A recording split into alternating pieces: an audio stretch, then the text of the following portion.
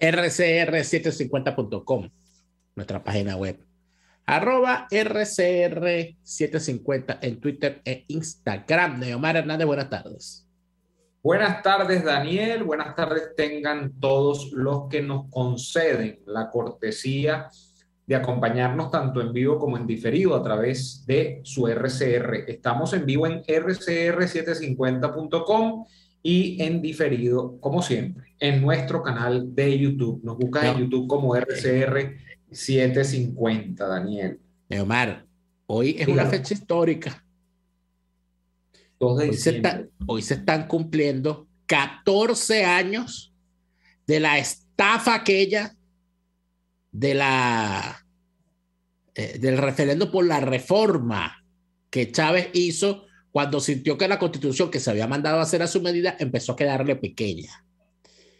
En aquel momento vimos un evento fraudulento donde la velocidad del fraude fue de tal magnitud que chocó de frente contra la realidad, porque todo indicaba, y lo dice alguien que estuvo en las mesas electorales ese día, todo indicaba que no tenían el viejo fervor que les acostumbraba a acompañar en los procesos electorales. Sin embargo, algo ocurrió, algo que no sabemos qué fue, porque sus principales protagonistas se murieron y no volverán. Se murió Hugo Chávez y se murió Raúl Baduel. Ambos sin contar qué fue lo que ocurrió aquel 2 de diciembre del 2007.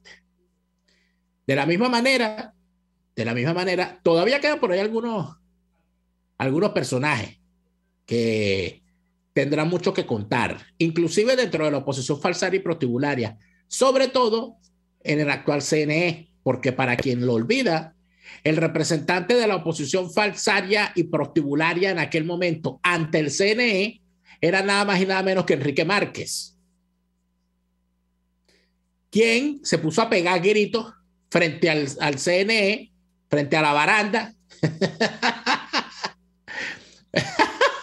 De verdad, yo no recordaba eso, Daniel. Amigo, claro, Enrique Márquez y el ridículo congénito de William Ojeda, pegando gritos ahí frente a la baranda del CNE con un poco de guardia parado enfrente. Y William Ojeda intentando ahí dar un discurso. Por eso es que William Ojeda se transforma en José Martí. Empieza a declamar, ridículo ese, tipo de verdad, yo no sé qué tipo en Jorge Eliezer Gaitán. No, personaje tan infame, chicos, sí, pero después de la quemazón, como diría en mi infancia.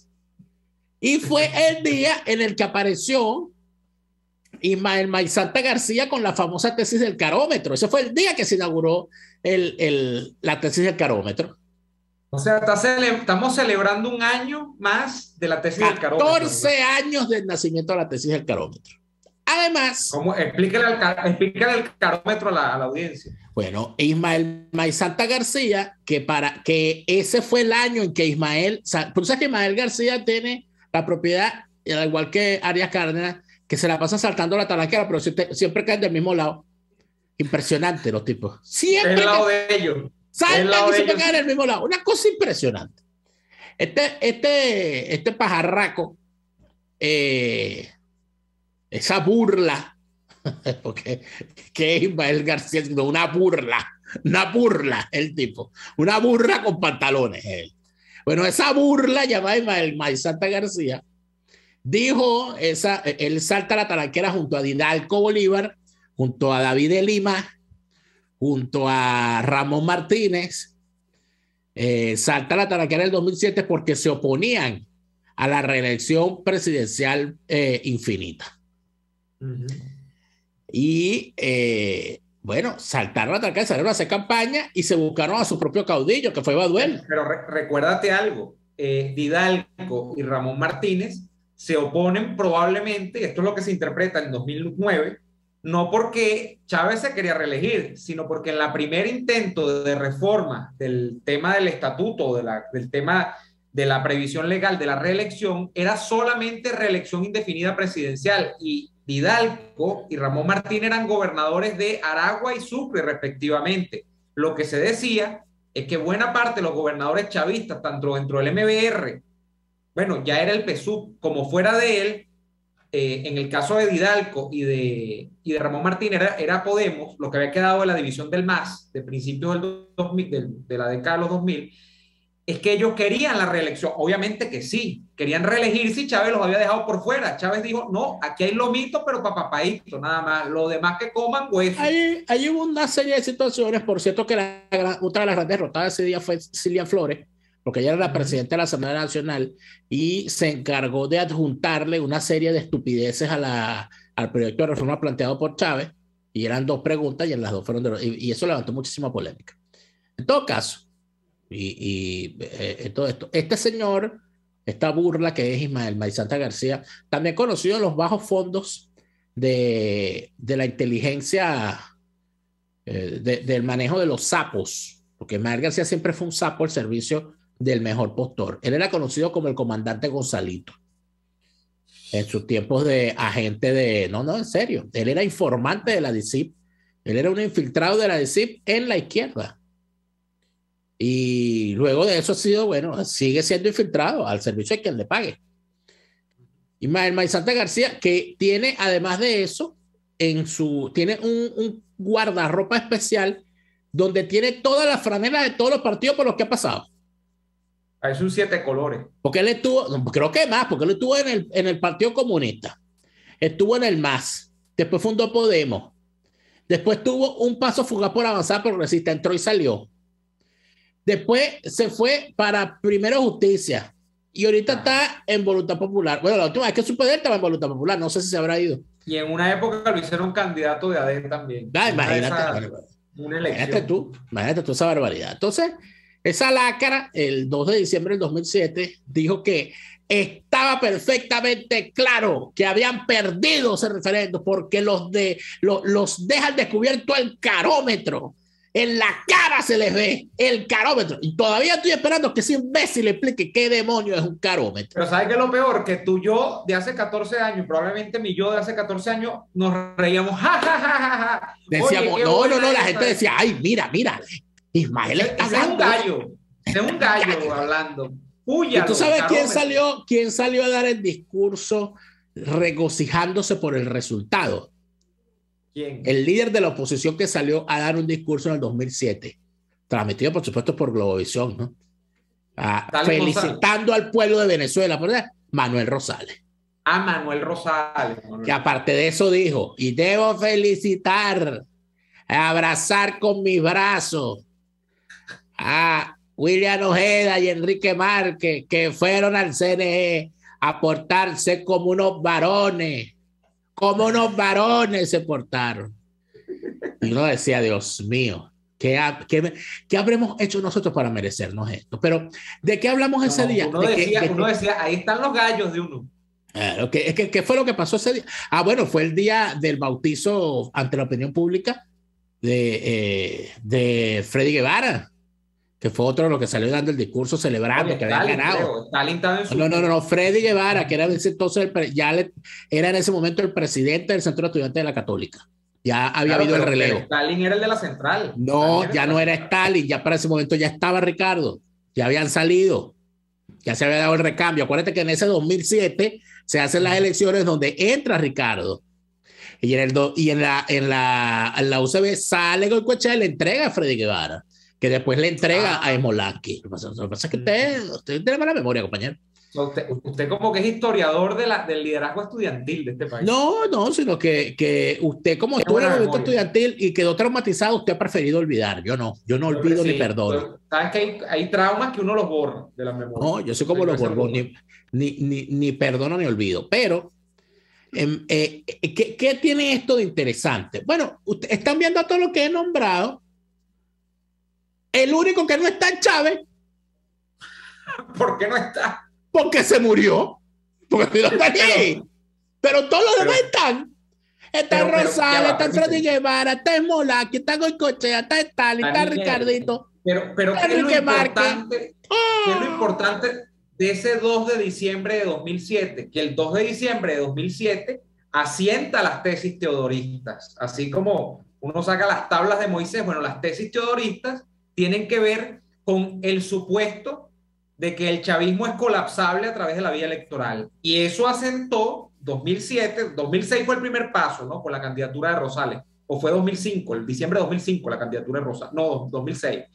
2007 asienta la idea, porque es la primera derrota electoral que supuestamente se le propina al chavismo en toda la vida política que hasta entonces llevaba el chavismo en el poder. Es decir, estamos hablando de 99 hasta el 2007 la oposición pasó aceite. En 2007 se dice, si es posible, Teodoro tenía razón, lo del 2004, el paréntesis que va del 2001 al 2004 fue un error. La oposición no debió irse por la vía insurreccional. Nos comimos la luz, nos precipitamos, caímos en las tentaciones del fast track, decían algunos. O sea, nos fuimos por encima de nuestras posibilidades. Chávez hay que combatirlo es por los votos. Y eso es lo que te explica lo que va a venir después en la historia reciente de Venezuela. 2008, con la creación de la figura de las maquetas electorales para lanzar candidatos únicos en las gobernaciones. 2010, con el retorno de los diputados de oposición a la Asamblea Nacional. Y bueno, creo que la oposición nada más que logró meter 55, 60 diputados, no me acuerdo cuántos eran. Pero bueno, de ahí en adelante lo más importante, que es llevar un candidato presidencial de nueva cuenta contra Chávez en 2012. Pero Neomar, fíjate tú, ¿no? Si hacemos el recuento. Ese día, al igual que en las elecciones que hemos tenido, no ganó nadie. Lo que ocurrió fue una serie de eventos que hicieron imposible por alguna razón o detuvieron por una razón que desconocemos aún, pero que algún día la sabremos, que el régimen, que Chávez impusiera su voluntad ese día. Porque al fin y al cabo ellos tenían el control del CNE para sacar sus votos y para decir, mira, sí ganamos. ¿Por qué no lo hicieron? ¿Qué fue lo que impidió que eso ocurriera? Todavía no lo sabemos. Ahí se habla del factor Baduel, que fue el que luego, por cierto, lleva a Baduel a la cárcel y a su asesinato este año, por cierto. O sea, ahí se habla de toda una serie de situaciones, inclusive de presiones externas. Ahí se habla de una serie de situaciones que no estamos al tanto de saber en este momento, pero la sabremos. Ahora, para mayor INRI, hoy se están cumpliendo 71 años, ¿no? 71 años está cumpliendo. Fue en el año 52 o 69 años, ¿no? Se están cumpliendo 69 años del fraude electoral de Pérez Jiménez contra Jóbito. A coincidencia, ¿cierto? Sí.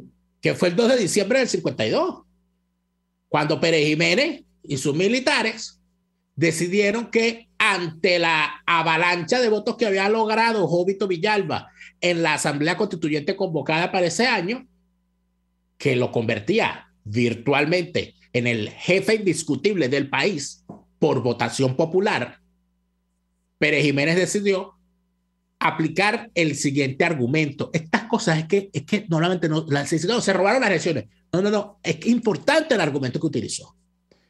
Los militares dijeron que Jóbito no se podía reconocer. Fíjate tú este argumento, que no se podía reconocer el triunfo de Jóbito porque por él habían votado los adecos y los comunistas, y esa gente estaba inhabilitada. Que por esa razón... Y listo. ¿Qué me parece? Ese fue el argumento.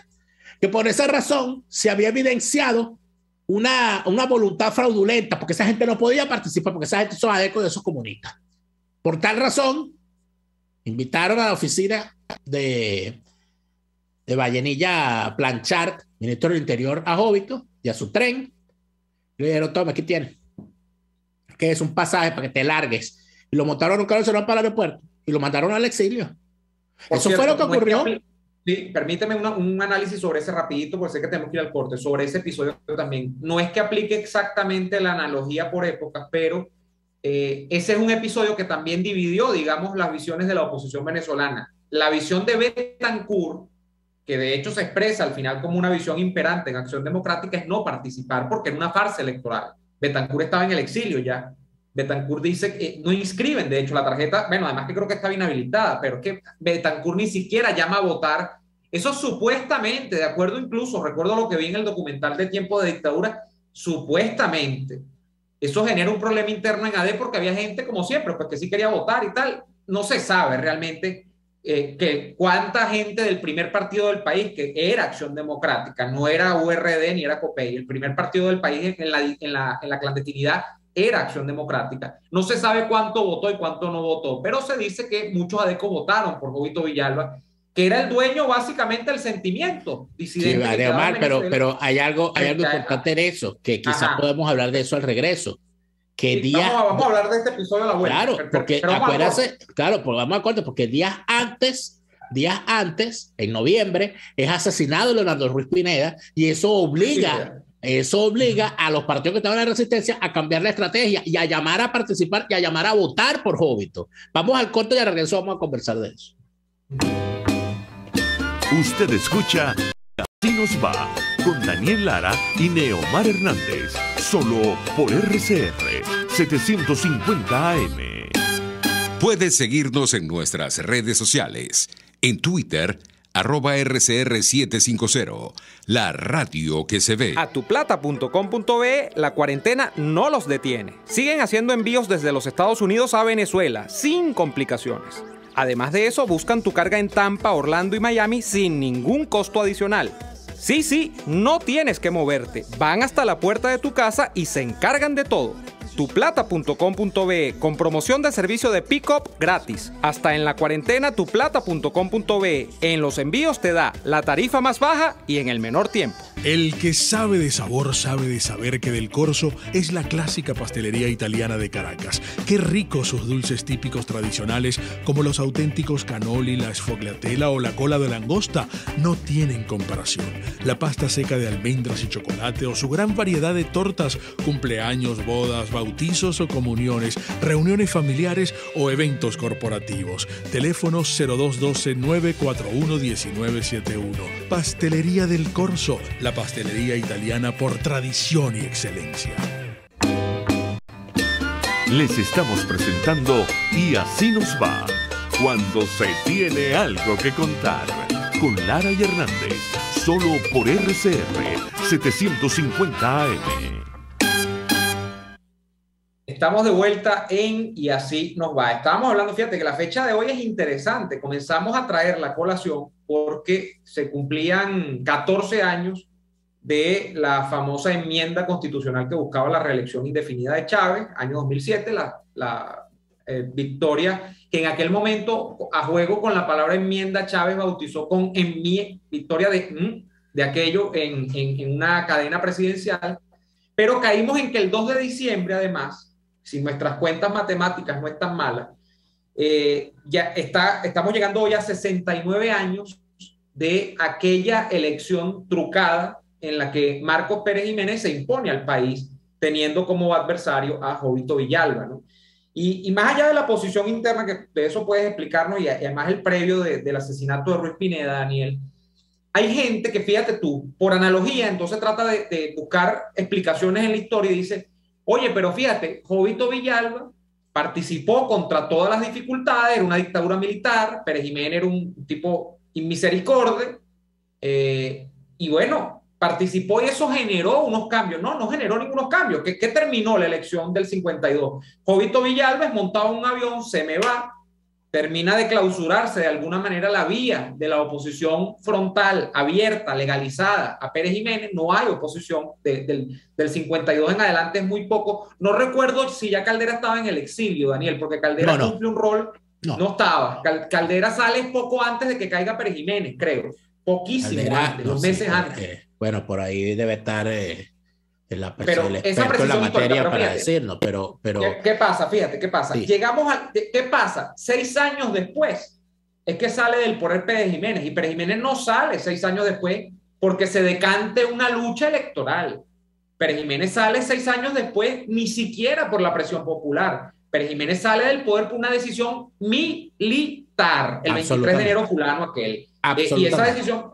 Y esa decisión militar, que es además una decisión de élites, de cúpulas, sí, que es la que dice, sobre todo en el seno de la Fuerza Armada, que Pérez Jiménez no puede continuar porque ya es inviable la gobernabilidad del país con Pérez Jiménez al frente, cuya idea no era, por cierto, acabar con el gobierno militar. Lo que pasa es que se le fue de banda a la Fuerza Armada el manejo de la situación. La idea era salir de Pérez Jiménez y perpetuar el gobierno militar, porque además era una tesis de gobierno. Claro, porque recuerda que hubo el grave problema de la pugna entre las Fuerzas Armadas, ¿no?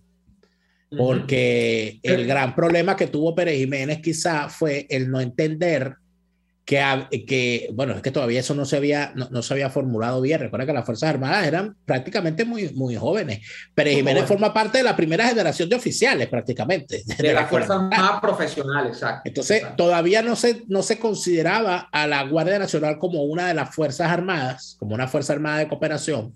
No estaba eso bien decantado. Se le tenía todavía como una cosa allí que no eran y no eran. Y el gobierno de Pérez Jiménez, y eso es uno de los grandes errores que comete Pérez Jiménez, entre varios, pero ese es uno para mí el capital, es que convirtió su gobierno no en un gobierno de las Fuerzas Armadas, sino en un gobierno del ejército. Y en último término un gobierno personal, Daniel. En último término un gobierno personal. Bueno, seguramente, pero el hecho de que fuese un gobierno del ejército hizo que, en efecto, cuando alcanzaron posiciones de relevancia oficiales de fuerzas distintas al ejército, como fue el caso de Wolfgang Larrazábal, pues era obvio que a la menor movimiento pasó lo que pasó. De hecho, la Armada continuó siendo la fuerza preponderante en los movimientos de poder de años posteriores. Si te pones a ver, ojo, los alzamientos que hubo fueron de fuerzas de la Armada y de la aviación. Castro León era un hombre de la aviación. Se alzó 2 veces contra la Junta de Gobierno primero y contra el gobierno de Betancourt después, invadiendo por el Táchira. En el caso de el porteñazo y el barcelonazo fueron golpes de Estado de la Armada. Y de allí salieron unos oficiales que se incorporaron en efecto a la lucha armada guerrillera, que todavía podrían dar uno todavía, porque hierba mala nunca muere. Pero más allá de todo eso, es importante, entre lo que tú señalas, yo lo recordaba en estos días, lo poco que se ha considerado y que ha sido inclusive tratado con desdén por tirios y troyanos la figura de Wolfgang Larrazábal. No es verdad que Wolfgang Larrazábal fue su pelele, como lo quiere poner la historia DECA y la historia perejimenista. Pero ¿cuándo se ha dicho eso? Yo lo que más siempre, hermano, siempre. Los perejimenistas dicen, si tú no lo has leído, yo se lo digo, los perejimenistas dicen que Wolfgang Larrazábal lo que era un adulante de Pérez Jiménez y que él lo que era, fue director del círculo militar y que él cuando Pérez Jiménez iba al círculo militar, él mismo le llevaba el vermú a él le llevaba el vermú a Pérez Jiménez, lo ponía, claro que sí, de esa manera. ¿Qué dicen los adeptos de Wolfgang? ¿Qué dicen los adeptos de Wolfgang? Igual que Wolfgang era un tipo que se metió, que quiso meterse a líder popular y todo aquello y salió derrotado, porque era un señor medinista que de hecho está en las cartas de Rómulo. Rómulo señaló que él se dio cuenta que era imposible es lo que él dice en ese momento, obviamente, él era candidato y hay que sopesar porque tampoco es que Rómulo sea su palabra santa, ¿no? Pero Rómulo Betancourt, en una de sus cartas, dice que él se dio cuenta que era imposible la unidad alrededor de una candidatura de Wolfgang Larrazábal cuando vio a Wolfgang Larrazábal en un evento con los familiares con la viuda de Medina Garita. Y entonces él dijo que eso era, creo que están buscando una restauración de épocas pasadas. En AD siempre hubo ese término, eso se acuñó, de hecho todavía hay adecos viejos que lo utilizan, Ramos Albo es uno, eso de las viudas del medinismo, ¿no? Eso quedó en una impronta muy fuerte. Claro, empezando, decían, la primera gran viuda del medinismo es Arturo Uslar, decían los adecos, pero yo te voy a decir algo, esa visión sobre Wolfgang Larrazábal no es la que yo tengo, por ejemplo. Yo creo, y yo lo dije hace como 3 años en un programa, Daniel. Recuerdo que hicimos un programa no sobre Wolfgang Larrazábal. Yo te dije en un programa que no sé por qué salió el tema del 23 de enero, debe haber sido un programa del 23 de enero. Yo te dije, yo creo que Wolfgang Larrazábal es uno de los personajes militares de este país más subestimados, o sea, más soslayados por la historia. No no que se le haya despreciado en términos de que se hable mal de él. El problema para mí que hay con la historiografía venezolana es que no habla de Wolfgang Larrazábal, y para mí Wolfgang Larrazábal es un personaje del que hay que hablar, porque al menos en lo que yo considero, Wolfgang Larrazábal tomó una decisión que pocos militares hubiesen tomado en su lugar, que es la decisión de quitarse el uniforme para meterse a hacer política formal en un partido donde fíjate algo que lo hizo, y eso para mí es valioso. Pero fíjate algo que es interesante, ¿no? Bueno, aquí hay un señor llamado César Monasterio que dice que actualidad, por favor, dejen la grama seca. César Monasterio, te puedes ir por donde váyase para Unión Radio, váyase para Unión Radio, que allá entrevistan a Falciani y Protubulario. Entrevistan a todos esos. Váyase para FM Center, la emisora de Rafael Sarria, que lo están persiguiendo allá en España por testaferro. Pero ahí no va a escuchar esa actualidad. Aquí, esto es un programa para gente inteligente, esto no es un programa para gente bruta, fuera de aquí. El asunto es que yo recuerdo bueno, acuérdate que mi abuelo era militar de la Armada, ¿no? Sí. Que mi tía mayor, mi querida tía mayor Aidesia, me decía que ella recuerda cuando mi abuelo cae preso junto a la tripulación del destructor Zulia, por un evento netamente militar en la Orchila, por cierto, que quien mete la mano por esa tripulación y se le hace caso es Wolfgang Larrazábal.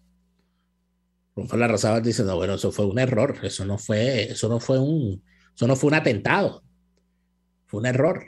Y bueno, o sea, en pocas palabras, lo que me decía mi abuela y me decía mi tía sobre la figura de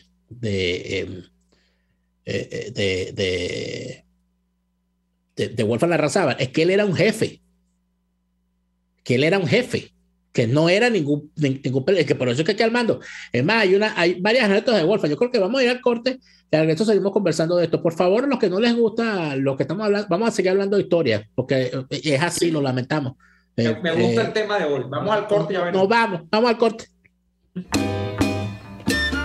RCR les está presentando a Lara y Hernández en Y Así Nos Va por su 750 AM. Sintonícenos a través de Periscope, @RCR750, la radio que se ve. ¿Antojos de pizza, pasta o risotto durante la cuarentena? Lo resolvemos. En Il Sapore de la Nonna tienen delivery a varias zonas de Caracas. Así es, Il Sapore de la Nonna te lleva lo mejor de la comida italiana hasta la puerta de tu casa. Haz tu pedido por el 0212-634-0982 o por el 412-569-9404 y disfruta de todo su sabor. Il Sapore de la Nonna, en cuarentena sigue siendo el sabor de Italia en Caracas. Antes de empezar el día, entérese de lo que acontece en el país junto a Pedro García Otero en Titulares de la Mañana. De lunes a viernes a las 6:30 de la mañana. Acompáñelo y empiece su día bien informado. Titulares de la Mañana con Pedro García Otero. Solo por RCR 750 AM. Porque lo bueno une. RCR 750 AM. Porque lo bueno une.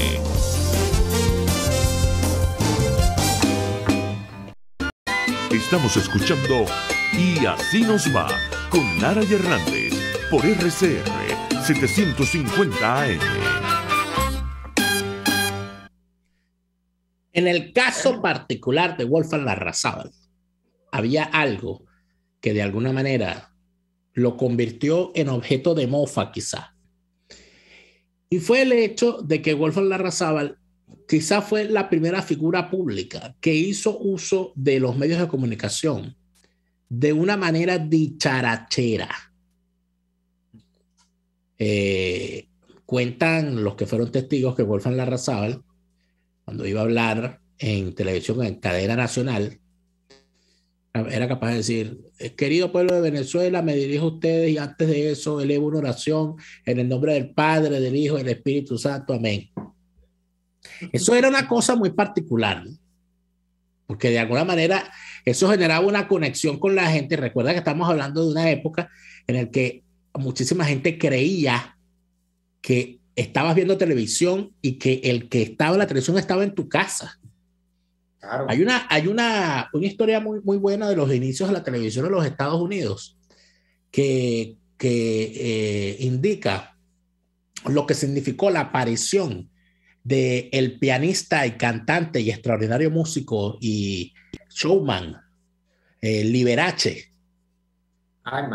Porque Liberace fue el primer artista en la televisión de los Estados Unidos en mirar a la cámara directamente. Y él tocaba el piano y miraba a la cámara y le cantaba a la cámara, como si te estaba cantando. Entonces, por supuesto, eso generaba una cosa que, oye, el tipo me está viendo, me está cantando a mí, y cantaba aquellas canciones románticas, y entonces el tipo era el encantador de las señoras, ¿no? Y cuenta la historia que las señoras se vestían bien porque iban a ver el programa de Liberace y se arreglaban como si iban a ver a Liberace de frente. El inconsciente las llevaba a ellas, así no quisiesen, ¿sí?, a tener que vestirse para ver televisión. Porque Liberace, y era una cosa, ¿me entiendes? Entonces eso... Que además nada que ver, ¿no? Porque Liberace fue homosexual toda su vida, pero bueno. Claro, pero no la figura, no el artista. Me explico, o sea, no era, o sea, el personaje Liberace no era un homosexual. El personaje Liberace era un showman, era un tipo, además hecho por la televisión, de aquella capa y aquella cosa, de que la gente decía, uy, imagínate, ¿no? Sin ánimo de comparar, obviamente, a Liberace con Wolfgang Larrazábal, a lo que me refiero es que cuando Wolfgang Larrazábal ve a la cámara y le dice, querido pueblo de Venezuela, y le eleva una oración en nombre del Padre, el Hijo y el Espíritu Santo, y empezó a hablar, y cuando fue hacia campaña y agarraba el 4 y empezaba a cantar las canciones que estaban de moda, que si de Néstor Sabar, esas cosas, famoso el cuento que el señor cantó el pájaro Chogui en vivo, con el 4, ese era Wolfgang Larrazábal. Entonces, toda esa cantidad de cosas, en realidad, alrededor de Wolfgang Larrazábal se quiso construir una unidad que de alguna manera fuese una especie de profecía autocumplida. Como si la sociedad dijera, bueno, este país se lo cogieron los militares, ¿okay? Por lo tanto vamos a buscarnos un militar que por lo menos sea simpático y que no nos vaya a matar a todos, ¿no? Pero es que te voy a decir algo, Daniel, como hombre heterosexual, te voy a decir algo, y esto no, yo no admito chalequeo. ¿Tú has visto la foto de Wolfgang Larrazábal en campaña? Wolfgang Larrazábal era una especie de Ronald Reagan venezolano. No, que era un tipo sumamente apuesto. Y era una cosa eso que... Te estoy diciendo, o sea, Ronald Reagan era un tipo sacado de Hollywood, pues, o sea, claro, bueno, pero Wolfgang Larrazábal era además un militar de los de antes. Exacto, en la memoria. ¿De quién hablaba cuando yo era pequeño, que yo no sabía nada de política? ¿De quién hablaba como historia de su primer voto o algo así? Mi abuela. Mi abuela hablaba de Larrazábal. Y cuando Larrazábal fue a los barrios de Caracas a visitar a la gente y tal, porque eso era un hombre, y me decía mi abuela, es un hombre altísimo, no sé qué, tal. Mi abuela debe haber votado la primera vez que votó por Larrazábal en esa elección. Cuando Larrazábal fue apoyado, esa fue la alianza con el PCB, ¿no? La candidatura del 58, del 50. Debe haber votado por Larrazábal. Ella le marcó profundamente el tema de Larrazábal, bueno, además de que obviamente venía la vena de mi abuelo y mi abuela, que eran gochos los dos, y eran obviamente dolientes del medinismo. Mi abuelo toda la vida dijo que el mejor presidente, hasta que murió, que mi abuelo murió chavista, pero mi abuelo dijo que el mejor presidente que había tenido en el año 2005, hasta el 2005, el mejor presidente que ha tenido este país es el general Isaías Medina Angarita. Siempre lo dijo. Pero tu abuelo era gocho. Tu abuelo era gocho, ¿no? Era gocho y mi abuela también. Entonces venía esa cosa con los militares. Entonces, pero el tema de Larrazábal, por lo que yo intuyo, Daniel, debe haber representado para un grupo de venezolanos una especie de artista en la política, que además era un hombre de orden militar que venía del establishment. Bueno, entonces, fíjate algo. Hay una anécdota muy conocida. Él fue presidente del Círculo Militar durante mucho tiempo. Y hay una anécdota de recientemente, bueno, la fallecida Cecilia Martínez, actriz, hombre de medios, radio, telefundadora de la radio de la televisión venezolana. Cecilia Martínez contaba que ella la nombran jurado del certamen aquel donde se enfrentaron, porque ¿qué es lo que ocurre? Que en medio de las dictaduras clásicas habían eventos que se convertían en un desaguadero de la presión y sin quererlo se terminaban midiendo la aprobación del régimen. Y hubo una cuestión muy conocida que fue un certamen de belleza, yo no recuerdo, creo que no fue un Miss Venezuela, pero donde se enfrentaban dos muchachas muy queridas y muy lindas, que eran Oli Clemente y era una muchacha, Oli Clemente, y oye, se me olvidó el nombre de la otra. Yo creo que nuestra audiencia pavosauria nos va a recordar quién era la otra. Oli Clemente era una muchacha de buena sociedad, o sea, de la rica. Y la otra muchacha, cuyo nombre acabo de olvidar, caramba, Dios mío, ¿qué me está pasando? Esto no es normal. Se hizo más famosa. Era una Yolanda Leal. Yo también Clemente, yo sabía cuál es, pero no me sé el nombre. Oli Clemente y Yolanda Leal. Creo que era para el carnaval, exacto. Reina del carnaval. Ocurrió que Yolanda Leal era una muchacha caraqueña de las clases populares y Oli Clemente era una muchacha caraqueña de las clases altas. Entonces había toda una especie de movimiento popular para que ganara Yolanda Leal. Y se convirtió eso como en un desaguadero de la presión política que había. Y parece ser que hubo algún maléfico que inclusive la sacaron, hicieron unas pintas en la calle para agitar el avispero. Y las pintas decían: Oli Clemente para la gente decente, Yolanda Leal para la gente vulgar. Imagínate tú, ¿no? Lo hicieron, por supuesto, adrede para agitar la cosa. Y cuando se da el jurado, el presidente del jurado era Wolfgang. Pero Cecilia Martínez estaba en el jurado. Y se hace toda la cuestión. Y Wolfgang Larrazábal dice, y lo explica Cecilia Martínez, ojo, estamos hablando de un momento en el que los militares mandaban. Y la palabra de un militar se respetaba. Que Wolfgang Larrazábal dice, bueno, aquí está claro que la señorita Oli Clemente es la ganadora. Y Cecilia Martínez, que era ya Cecilia Martínez muy conocida en la radio, era la Cucarachita Martínez, era toda aquella cosa que había con ella, le dice: ay, almirante, pero la gente está muy emocionada, vamos a dejar que sea la gente la que la elija. Y entonces hicieron un concurso de aplausos y ganó Yolanda Leal. Tuvo que ceder. Fíjate, si tú te pones, mira, para que tú veas, ¿no? Las historias. Tú te pones ahí, yo creo que hay pocos candidatos presidenciales que hayan generado una especie de sensación como, o sea, así como de si de visitar la casa de un votante se tratase de un actor, pues, o sea, si es un artista el que te está visitando. Para que vean lo que yo estoy hablando. Si tú buscas a Wolfgang Larrazábal, la biografía que hay en Wikipedia, en la que no me voy a detener ni nada, la foto que sale de la segunda campaña de Wolfgang, después de la que acabo de referir, donde es el candidato de URD y del Partido Comunista, que es ya la candidatura del 62, del 63, con el FDP, ¿no? Que es el partido que él funda con Dager. La foto que hay de Wolfgang es un tipo, como dirían los españoles, en mangas de camisa, ya con una especie de guayabera blanca, y él no está allí en esa foto diciendo, o no lo capturan dando un discurso, no lo capturan dando un volante de campaña, no, él está con una muchacha entusiasmada enfrente que le pone una libreta para que le firme un autógrafo, y una viejita que está al lado que se ve que no cabe de la alegría. O sea, era como si las estaba visitando un artista y realmente lo ponen a firmar autógrafos.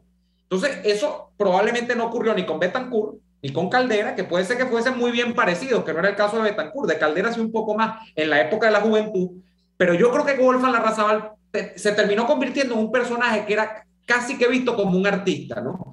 Y para mí, desde el punto de vista ya más serio, ya más histórico, ya más del análisis militar, siempre va a tener preeminencia, y creo que por eso es un gran fallo, es una gran tarea pendiente en la historiografía, estudiar a Wolfgang Larrazábal, porque fue un militar que salió del molde. Wolfgang Larrazábal pudo intentar lo que habían intentado otros militares en este país, empezando por Pérez Jiménez, que era, una vez que tú tienes acceso al poder, tú te procuras el camino para quedarte allí. Además, eras un tipo con gran ascendente sobre la fuerza. Entonces, tú te buscas. No, Wolfgang Larrazábal buscó, sí, le picó el gusanillo a la política, pero él buscó de procurar el camino de acceso a la política, primero entregando el tema de la Junta, y luego buscando el acceso a través de los votos con un partido político, metiéndose en un partido político. No le fue tan bien. Realmente el FDP siempre fue un partido secundario o terciario aquí en el orden del sí, sistema político venezolano. Para empezar, porque terminó siendo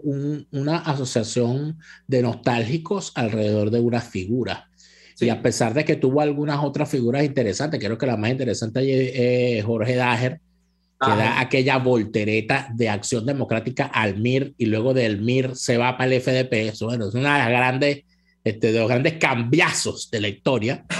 Una cosa impresionante. Eso ocurrió. Mira, aquí me escribe una persona a través del chat en YouTube, cuyo nombre en el chat es Nelson Díaz, y me dice lo siguiente: Daniel, ¿cuál es el nombre de tu abuelo? Mi hermano formó parte de la tripulación del destructor Zulia y Nueva Esparta en el año 55, e igualmente fue a Italia a buscar los destructores. Mire, mi abuelo formó parte de la tripulación del destructor Zulia, aunque mi abuelo siempre me decía que él navegó primero en la corbeta Patria. Siempre lo contaba, porque él decía que él era marino de cuando era marina de guerra y cuando la cubierta se limpiaba con arena y con checoco. Imagínate tú. Imagínese usted eso, ¿no? Nada de productos importados ni nada. Arena y con checoco, con eso se limpiaba la cubierta. Échale. Y mi abuelo estuvo en la tripulación del destructor. Su abuelo se llamaba Lorenzo Antonio Lara Chirinos, maestre. Y formó parte de la tripulación del destructor Zulia en un evento que se vivió haciéndole custodia a Pérez Jiménez y su séquito en La Orchila, precisamente en La Orchila. Parece ser que, y por eso es que ese evento fue tan particular, y por eso es que le fue tan bacanal. Claro, porque a qué iba Pérez Jiménez a La Orchila. A liberar sus tensiones. Bueno, y entonces parece que eso eran francachelas generalizadas, incluidos las tripulaciones de los destructores. Se descuidó la tripulación y se secó la caldera. Y estalló la caldera de la embarcación. Y eso fue una gran explosión. Y entonces a la tripulación la sacaron presa, acusándola de haber sido, de que eso era un atentado contra el presidente. Imagínate tú. Donde ya Pérez Jiménez tenía bastante enemigo, ¿no? Sí, eso fue en el año 56. Eso debe haber sido después por los meses de julio o junio del año 56, ¿ok? Y bueno, la tripulación fue presa completa. Se temía que inclusive que lo fueran a matar, porque había sido... ¿Tu abuelo estuvo preso hasta que cayó el régimen o salió a los meses? Y un ratico después. Y un rato después. ¿Sí? Sí, señor. Sí, señor. ¿Por qué? Porque fueron 5 años en total. Porque luego de eso, bueno, es Wolfgang Larrazábal quien dice, bueno, pero eso fue negligencia, eso no fue ningún atentado. Y en efecto ellos los pasan presos. Mi abuelo estuvo preso en la cárcel Modelo hasta que cae el rey. Eso sí, cuando cae el gobierno, a mi abuelo lo sacan de la cárcel Modelo. Mi abuelo estaba en la cárcel Modelo el 23 de enero y vivió en la cárcel Modelo. Mi papá todavía lo recuerda. Mi papá era muy niño, tenía 7 años. Mi papá me contó a mí un 31 de diciembre cómo él salió corriendo desde el barrio de Ciudad Tablitas con su mamá en medio de la noche oscura el 1 de enero del año 58, en medio del golpe de Hugo Trejos, porque los gritos de la gente era que estaban matando a los presos de la cárcel Modelo. Y ellos fueron a la cárcel Modelo y mi abuelo logró comunicarse con ellos para que se fueran a La Guaira. Después de que cae el gobierno militar, a mi abuelo lo sacan de la cárcel Modelo y lo mandan al castillo de Puerto Cabello en otras condiciones, y allí terminó. Creo que estuvo 1 año preso más después de la caída del gobierno. Pero esas cosas, yo no he podido conseguir el expediente ni esas cosas Aquí el señor que sabe un poco más de eso, seguramente podría, y eso que buscaba, lo que pasa es que por supuesto no estoy allá y se me hace mucho más difícil. Claro. Pero vamos al corte, ya venimos con la parte final del programa. Escuchamos Y así nos va con Lara y Hernández, porque la realidad no se tapa con un dedo, solo por RCR 750 AM. Puedes seguirnos en nuestras redes sociales. En Twitter, @RCR750, la radio que se ve. Las pastas de Il Sapore della Nonna son sencillamente extraordinarias. Carbonara, napolitana, bologna, filetto, amatriciana, francinatra, marinera, tú escoges. Todas son deliciosas y adictivas. En Il Sapore della Nonna te ofrecen las mejores pastas de Caracas, con los ingredientes más frescos y las mejores salsas preparadas al momento. Visítalos en la avenida Victoria, diagonal a la bomba de gasolina Guayana. Il Sapore della Nonna, el sabor de Italia en Caracas. A tuplata.com.be, la cuarentena no los detiene. Siguen haciendo envíos desde los Estados Unidos a Venezuela, sin complicaciones. Además de eso, buscan tu carga en Tampa, Orlando y Miami sin ningún costo adicional. Sí, no tienes que moverte. Van hasta la puerta de tu casa y se encargan de todo. Tuplata.com.be, con promoción de servicio de pick-up gratis. Hasta en la cuarentena, tuplata.com.be. En los envíos te da la tarifa más baja y en el menor tiempo. Les estamos presentando Y así nos va, cuando se tiene algo que contar, con Lara y Hernández, solo por RCR 750 AM. Bien, tenemos algunos mensajes aquí, pero oye, yo creo que no podemos dejar pasar el programa de hoy, sobre todo que estamos en clave histórica, sin dejar de mencionar lo triste y lo grave de la vida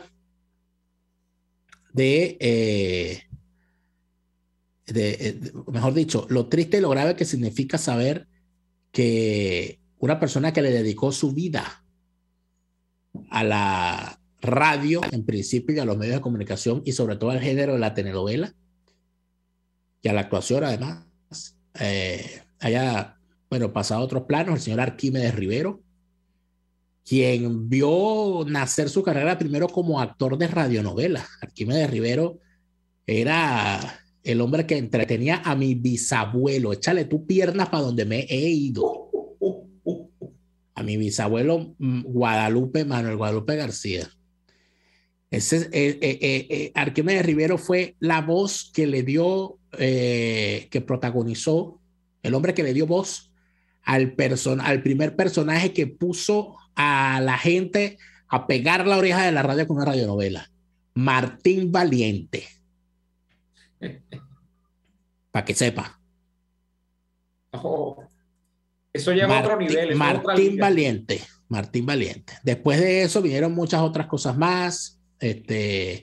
Y al final Arquímedes Rivero terminó siendo el gerente de dramáticos de Venevisión, donde junto a aquella dupla que logró hacer, con la que también lamentablemente se han ido dos grandes de la telenovela venezolana, Delia Fiallo y Arquímedes Rivero, de este año. Este mismo año. Murieron ambos en Miami. Arquímedes Rivero tenía 92 años, según entiendo. Y bueno, lamentablemente Arquímedes, aunque Arquímedes Rivero tuvo una larga vida y bien activa, estuvo activo hasta el final. Y sin duda alguna estamos hablando de una persona que pudo dejar su impronta en la televisión venezolana. Ojalá que hubiese gente de esa categoría en los medios venezolanos en el futuro, que podamos ver algo como eso. En efecto. Betty Soto dice que ella no se lo perdió. Mío, ¿cuántos años tendrá Betty Soto? Betty es una muchacha. Además, Betty tiene admiradores. Betty debe ser una muchacha como de 120 años, porque si ella no vale. Ni la mitad, porque además Betty tiene un club de admiradores, de fans ahí en el. Claro. Hay varios que han dicho que tiene una voz muy bella, porque además Betty canta. Canta, y no es Bueno, nada más la zona, canta las mañanitas y canta otras cosas también. Bueno, te tengo Albertico la Limonta y el derecho a nacer, pero él era Albertico Limonta, Alba Medina. Albertico Limonta no era Raúl no, Amundaray. Raúl Amundaray. Raúl Amundaray, claro. No me acuerdo. Bueno, yo no lo No, viví. debe haber sido el creador de los personajes a través de las telenovelas, pero Lo que pasa es que de acuérdate que alguna hubo una manera, versión, acuérdate que hubo una versión en radio y luego la versión de la televisión. sí, eso es Dice aquí otro inicialmente una entendido, radionovela. Es una radionovela, correcto. Ricardo Álvarez, otro entendido, dice que antes de Martín Valiente protagonizó La Sombra, Arquímedes Rivero. Carajo. Y gente Imagínate que tú. sabe, ¿eh? No, aquí hay gente. Lo que pasa es que la radio es algo que, mira, de verdad, uno no olvida jamás. La radio es una experiencia increíble. Entonces, mira, aquí es donde se ve. No, Betty Soto es una chama, ¿vale? No, Betty, yo no te estoy echando broma. Claro que es una chama. O sea, No claro estoy que es echando una broma. chama. Igual que Alba Medina. Alba Medina, ella No, no, Alba Medina ella es una vio, chama, Alba Medina es una chamita. Alba Medina vio, ella no oyó el derecho a nacer, ella lo vio en televisión, ella en radio, ella no había nacido. Pero ya cuando la televisión era puro color, nada de blanco y negro. Pura televisión a color. Exacto, nada de eso. Cuando sí, No es sí, nada, pero les voy a tirar un dato. La televisión a color llegó a Venezuela en el periodo de Luis Herrera. O sea, estamos hablando ya de finales de los 70, principios de los chico, 80. tú sabes que yo me iba una de las cosas que a mí me ayudaba a entender lo que había pasado, para yo entender por dónde iba la política, yo me iba para la hemeroteca de la Biblioteca Central de la UCB a leer periódicos de ayer. Yo no creo en eso que dice la canción. ¿Y para qué leer un periódico de ayer? No, leer el periódico de ayer se consigue cosas. Y yo recuerdo con mucha risa leyendo un artículo del año 79 donde decía: Ministerio de Transporte y Comunicaciones no aprobará aún la televisión a colores en Venezuela. Y él decía el porqué. No se ha presentado todavía el informe técnico sobre el efecto nocivo que sobre la gente podría causar la televisión a colores. Coño, es necesario todavía estudiar los efectos que sobre la gente podría tener la cuestión de la televisión a colores y tal, porque la radiación, claro, porque imagínate una vida proyectada en dos colores con sus grises, ¿no? Pero en dos colores a pasar una vida a ser en colores, o sea, eso generaba un impacto tremendo sobre la psique. Entonces, bueno, sí, entonces esa era la discusión de que eso podía causar. O sea, yo siempre he pensado eso, la televisión a colores en Estados Unidos, ya nos tenemos que ir, la televisión a colores en Estados Unidos, yo creo que principios o mediados de los 60 ya estaba lista. ¿Por qué demoró tanto? No, yo creo que mira, Venezuela tuvo una de las industrias de la televisión más grandes e importantes de América Latina, eso es importante decirlo. Solo superada por la televisión cubana antes de que llegara Fidel, obviamente, y la televisión mexicana.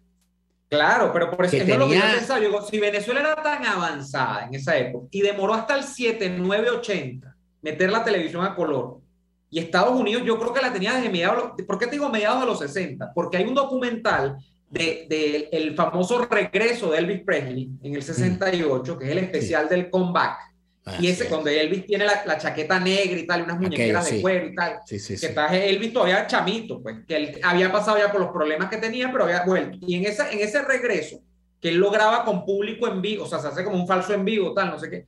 Ese documental es del año 68 y ya estaba en color, no es que lo colorizaron, yo lo he visto y creo que no es colorizado, era originalmente a colores, entonces yo digo, si en el 68 ya había televisión a colores, en Estados Unidos, ¿por qué en Venezuela demoró tanto? No entiendo, pero bueno. Mira, yo te voy a decir una cosa antes de irnos, yo nunca olvidaré el impacto, tú sabías que, bueno, El Zorro es una de las series de la televisión de los Estados Unidos más vistas en la historia de Venezuela, y El Zorro siempre se vio en blanco y negro, y siempre tenía rating y pasó por varios canales.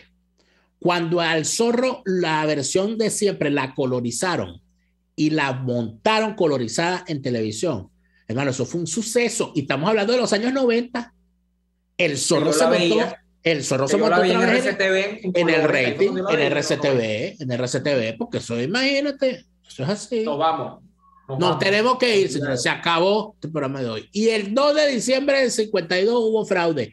El 2 de diciembre del 2007 hubo fraude. Y el 2 de diciembre del 2022 que estamos hablando de fraude, Entonces dígame usted, si no necesita usted conocer la historia de este país para que no lo tomen por tonto y le sigan dibujando a usted pajaritos en el aire. No se deje engañar, no se deje freír. Nos vamos, regresamos mañana, Chávez no porque se murió. Termina Y Así Nos Va.